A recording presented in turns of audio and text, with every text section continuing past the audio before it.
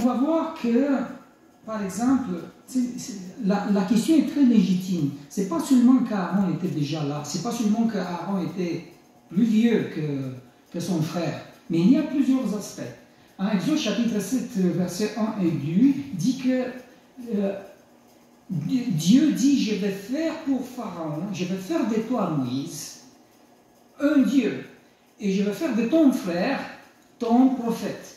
Ça va être lui qui va parler en ton nom, de ma part, mais ça va être lui qui va faire des signes et des prodiges. Puis, dans Exode chapitre 8, versets 5 et 6, c'est Dieu qui s'adresse à Moïse. Il dit, Moïse prend la verge, il fait des miracles, c'est pas ça. Qu'est-ce qu'il dit?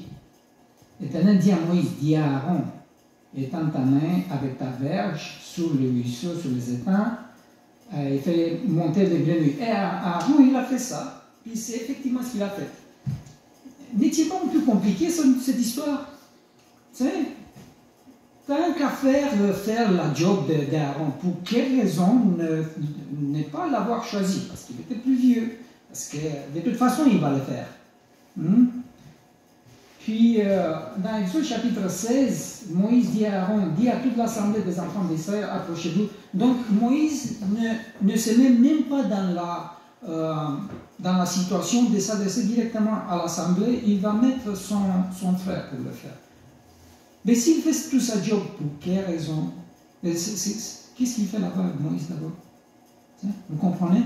Alors, on a une certaine légitimité de se demander si de toute façon Aaron il met le plus d'épaule à la roue, pour quelle raison n'était pas lui en charge de tout? À quoi bon c'est compliquer la vie avec Moïse qui est... C'est un peu compliqué l'affaire. Alors, c'est légitime de se poser des questions. On va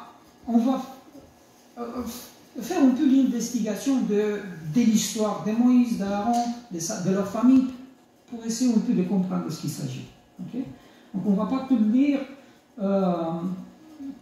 Donc c'est la situation qu'on vient de dire, c'est la situation de décret génocidaire pour tuer tous les enfants des côtés masculins. Et à propos, ce n'est pas toujours les femmes qui ont été discriminées, les hommes aussi peuvent être discriminés. Voici une preuve. Ce n'est pas parce que les femmes, en général les personnes faibles de la société, ils ont nécessairement, ils portent ce fardeau de la discrimination.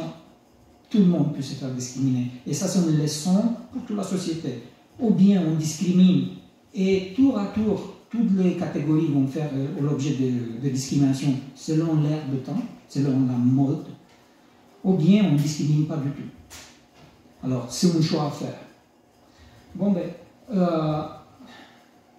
la maman de Moïse va l'accoucher, va le mettre dans le monde, elle va désobéir, et ça c'est une belle leçon.